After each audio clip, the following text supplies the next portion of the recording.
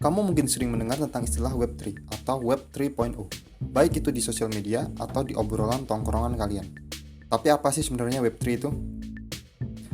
Di video ini aku akan menjelaskan secara singkat dan mudah tentang Web3. Sebelum kita mulai menjelaskan tentang apa itu Web3, aku akan bercerita tentang sejarah singkat internet terlebih dahulu. Sejarah singkat internet, kita akan mulai dengan melihat evolusi internet untuk membantu kita memahami perubahan paradigma yang diperkenalkan oleh Web3. Perjalanan ini dimulai pada Maret 1989 ketika Tim Berners-Lee, seorang ilmuwan komputer Inggris, mengusulkan World Wide Web. Saat ini, kita dapat meringkas evolusi ini menjadi 3 era, Web 1, Web 2, dan Web 3. Web 1 juga disebut Read-Only Web, adalah implementasi pertama dari internet. Berlangsung dari tahun 1989 hingga 2005. Teknologi inti yang mendukung Web 1 termasuk HTML, CSS, HTTP, dan URI. Di sini mayoritas orang adalah konsumen, hanya sedikit orang yang benar-benar menjadi pembuat konten. Web 1 memungkinkan pengguna hanya untuk membaca informasi dari situs web. Kalau kita ngomong istilah teknis, Web 1 berisi situs yang sangat statis dan bukan HTML yang dinamis. Artinya situs-situs tersebut tidak interaktif dan sangat membosankan. Tidak seperti yang kamu lihat di era modern sekarang ini. Karena volume yang sangat besar informasi online tersebut, banyak browser-browser web seperti Mosaic, Opera, Netscape Navigator, dan Internet Explorer bermunculan. Sekarang kita beranjak ke Web 2.0, juga disebut era Read and Write.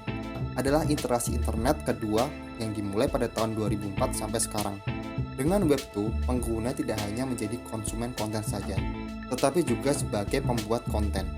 Alih-alih hanya membaca situs web, pengguna dapat berkontribusi pada konten situs dengan mengomentari artikel yang diterbitkan. Pengguna juga dapat membuat akun atau profil mereka sendiri di situs web, memungkinkan mereka untuk berpartisipasi sebagai pembuat konten. Pada era Web 2, tidak hanya kita saja yang mendapatkan informasi dari internet, tetapi situs-situs web juga mulai mengumpulkan informasi berupa data dari pengguna. Contohnya yang paling terkenal adalah Google dan Facebook. Semakin Facebook mengumpulkan data tentang kita, semakin baik mereka dapat menyajikan konten yang menarik dan relevan untuk kita, dan membuat kita betah di platform tersebut.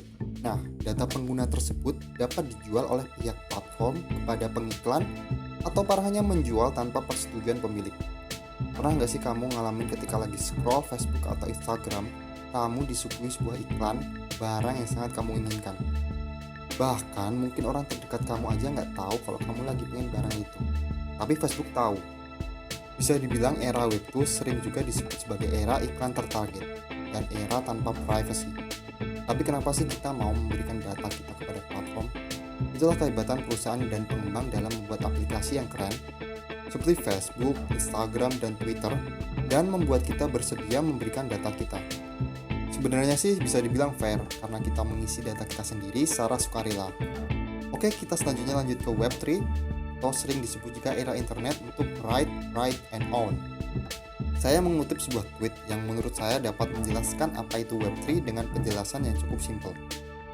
Web 3 adalah sebuah jaringan terbuka tanpa kepercayaan dan tanpa sebuah izin yang memungkinkan masa depan di mana pengguna dan mesin terdistribusi dapat berinteraksi dengan data, nilai, dan rekanan lainnya melalui jaringan peer-to-peer tanpa memerlukan pihak ketiga. Singkatnya, Web 3 adalah web yang terdesentralisasi dan tidak seperti Web 2 yang menjalankan server di beberapa server terpusat. Web 3 berjalan di blockchain yang didorong oleh jaringan peer-to-peer. Di Web 2, kamu hanya dapat membaca dan menulis konten yang ada dalam situs. Sedangkan di Web 3, bahkan kamu dapat memiliki konten yang kamu tulis tersebut. Bisa dikatakan bahwa kamu dapat memiliki kontrol penuh atas konten yang kamu miliki tersebut. Dalam Web 3, ketika kita menulis sebuah konten dalam sebuah jaringan blockchain, apa yang telah kita tulis tidak akan dapat dihapus atau di-take down. Karena konten data yang ditulis tidak disimpan dalam sebuah satu server seperti Facebook, tapi akan dicatat oleh ribuan server komputer.